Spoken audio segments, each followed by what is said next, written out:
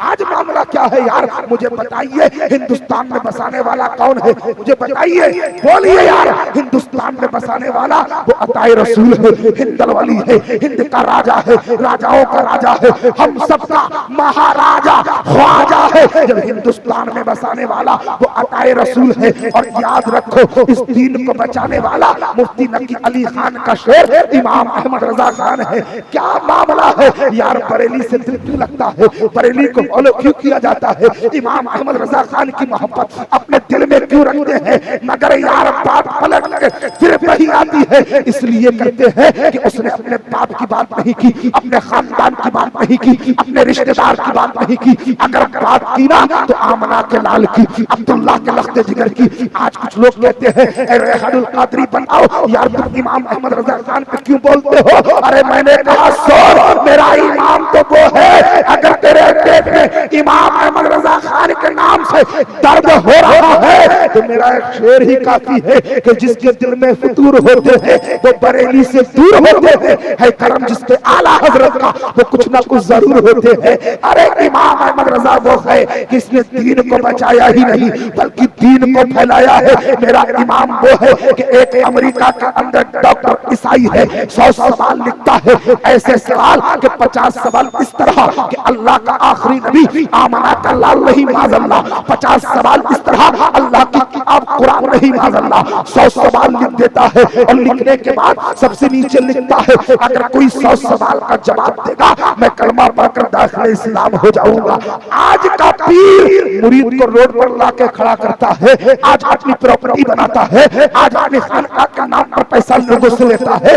जब तक मुरीद को रोड पर लाकर पीर खड़ा नहीं कर देता तब तक उसका पीछा नहीं छोड़ता है। ये आज का पीर है, मगर याद रखो नबी के दीन के लिए मेरे इमाम अहमद रजा खान ने अपनी 3 बीघा जमीन बेची है। मुझे बताइए आज का कोई पीर मेरे मुस्तफा के दीन के लिए अगर अपनी जगह बेचता हो, इसके पास 3 बीघा हो तो 6 बीघा हो जाए, 6 हो तो 12 हो जाए, 12 हो तो 35 हो जाए। और अगर पीर अगर मुरीद पूरी करे हुजूर गरीबी ने पीछा नहीं छोड़ा, कमाता बहुत बरकत नहीं होती, अगर रोड लाके जब खड़ा कर देता है तो ये पीर कहता है तेरा दिल साफ नहीं है इसलिए बरकत नहीं हो रही है। मगर मेरे भाई तुझे मालूम नहीं, हमने ये भी देखा है कि जिसकी मज़ारों पर अब्बालियां होती है, जलसे होते हैं, बाद मरने के कब्र में उनके डंडे पड़ते हुए पड़ते हैं। मेरे भाइयों याद रखो ऐसे पीरों से बिल्कुल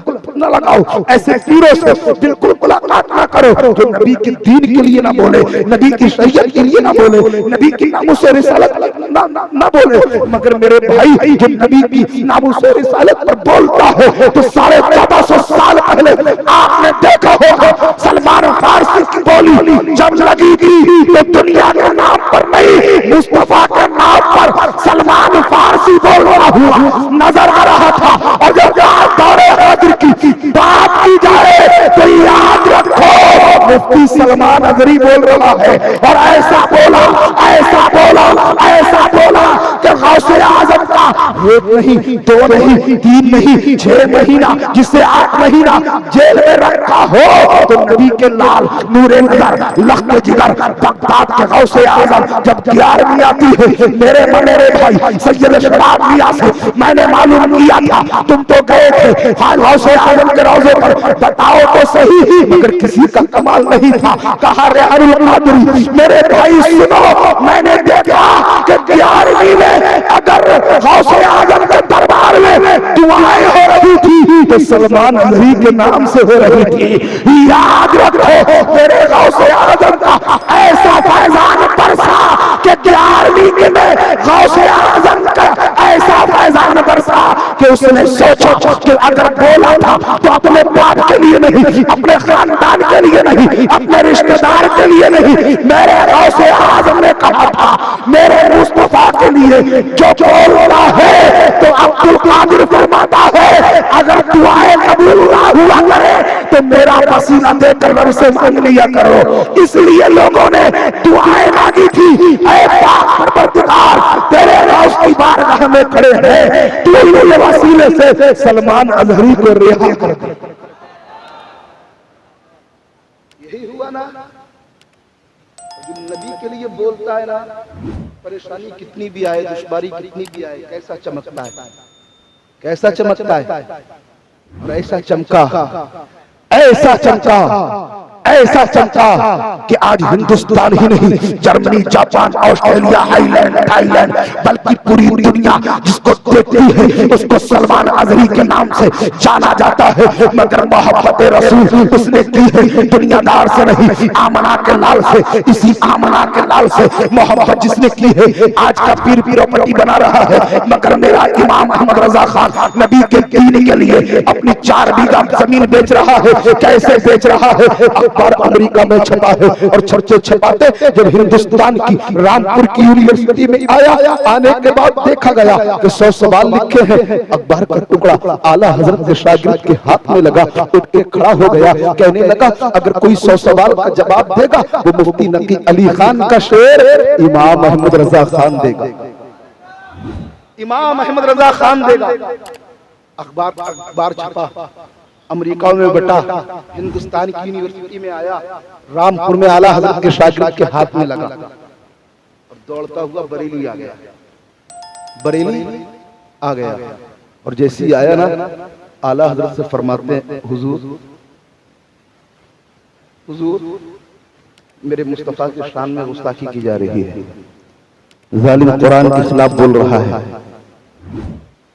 मेरे इमाम अहमद रजा खान ने इतना सुना ना, हाथ शागिर्द का पकड़ा, दातागंज रोड पर 4 बीघा जमीन बेची, पैसा लिया, उसी शागिर्द का हाथ पकड़कर चंडीगढ़ की यूनिवर्सिटी में दाखिला कराया।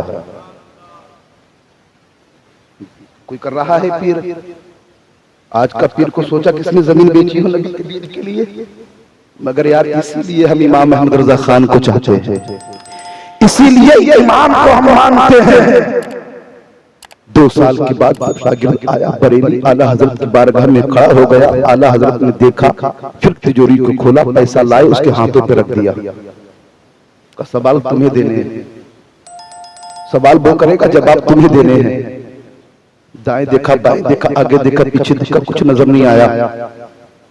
कहता है हुजूर जब किसी को मुनाजरे के लिए भेजते हैं तो मुफ्ती साथ होते हैं, आलिम साथ होते हैं, किताबें साथ होती हैं, मेरे पास तो कुछ नहीं, कुछ भी नहीं है। इतना सुना ना, इमाम अहमद रजा खान फरमाते ना, जितने तुझे आए उतने जवाब देते चले जाना, और जब ना आए तो आंखें बंद करना, बरेली की इमाम अहमद रजा खान को याद करते चले जाना। जैसे ही ना निकला, अमेरिका पहुंचा, अखबार छपवाया, रूम लिया, अखबार बढ़वाया, डॉक्टर की टेबल पर जब अखबार पहुंचा उठ के खड़ा हो गया। डॉक्टर कौन था? ईसाई। उठ के खड़ा हो गया, उसने लेटर लिखा, अगर कोई 100 सवाल का जवाब देने के लिए आया है तो फला डेट में मुनाजरा होगा। एक तरफ तमाम बड़े बड़े पादरी, पूरी बस्ती, पूरे बड़े बड़े पादरी थे, डॉक्टर की कुर्सी बीच में पड़ी थी, तन्हा इमाम अहमद रजा खान का दीवाना खड़ा था। लोग मजाक बनाने लगे, कहने लगे यार इसके पास कोई किताब नहीं, कोई आलिम साथ नहीं, मुफ्ती साथ नहीं, ये 100 सवाल का जवाब कैसे देगा। डॉक्टर ने कहा ना, अगर तूने 100 सवाल का जवाब ना दिए तो सुन, अपना धर्म छोड़कर मेरा धर्म अपनाना होगा, और तूने 100 सवाल के जवाब दे दिए तो मैं अपना धर्म छोड़कर तेरे धर्म में आ जाऊंगा। इसे मालूम नहीं किसने भेजा है। आला हजरत का शेर था, कहता है डॉक्टर सवाल तू कर, जवाब मैं देता हूं। जब डॉक्टर ने कुर्सी पर बैठकर सवाल करना शुरू किए, इमाम अहमद रजा खान का दीवाना जवाब देता चला गया। जब 100 सवाल मुकम्मल हो गए, डॉक्टर ने अपनी कुर्सी को छोड़ा, आका कदमों में गिर गया, कहने लगा यार बता तो सही, तेरे पास कोई किताब नहीं, तेरे पास कोई आलिम नहीं, इतनी आसानी से 100 सवाल का जवाब तूने कैसे दे दिए? कहा सौद तुझे पता नहीं, अरे जिसका कलम चला था आमना के लाल के लिए, अब्दुल्ला के लख्त जिगर के लिए, जब वो कलम चलता था तो लिखता था सूरत तौबा में हुई बढ़ता है तारा नूर का, सदका लेने नूर का, आया है तारा नूर का, तेरी नस्ल पाक में है बच्चा बच्चा नूर का, तू है नूर तेरा सब तराना नूर का, जिसका कलाम चलता था पूरी दुनिया को ये बताता था सरवर कहूं के मालिक को, मौला कहूं तुझे, बागे खलील का गुले लेवा कहूं तुझे, ले तेरे रजा ने खैर सुखद इसने कर दिया खालिद का बंदा खुद, आका कहूँ कहा सुन तो बात, 100 सवाल का जवाब इतनी आसानी से कैसे दे दिए? तेरे साथ कोई आलिम नहीं, तेरे पास कोई किताब नहीं। कहा सुन, जिसने मुझे भेजा है वो मुफ्ती नकी अली खान का शेर इमाम अहमद रजा खान है, जिस पर महरारा के सैयदों को फैजान है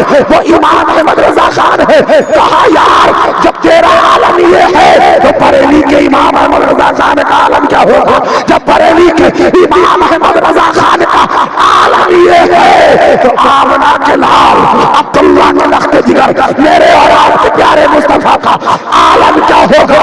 तमाम डॉक्टर ईसाई लोग कदमों में गिर गए, कलमा पढ़कर दाखिले इस्लाम हो गए। अब मैं कहूंगा यार मेरे इमाम ने दीन को बचाया ही नहीं बल्कि दीन को फैलाया है। इसलिए हम इमाम अहमद रजा खान को दिल और दिमाग से चाहते भी हैं और जिंदगी रहेगी इमाम अहमद रजा खान का जिक्र करते जाएंगे। वो है मेरा इमाम जिसने दीन को बचाया ही नहीं दीन को फैलाया है।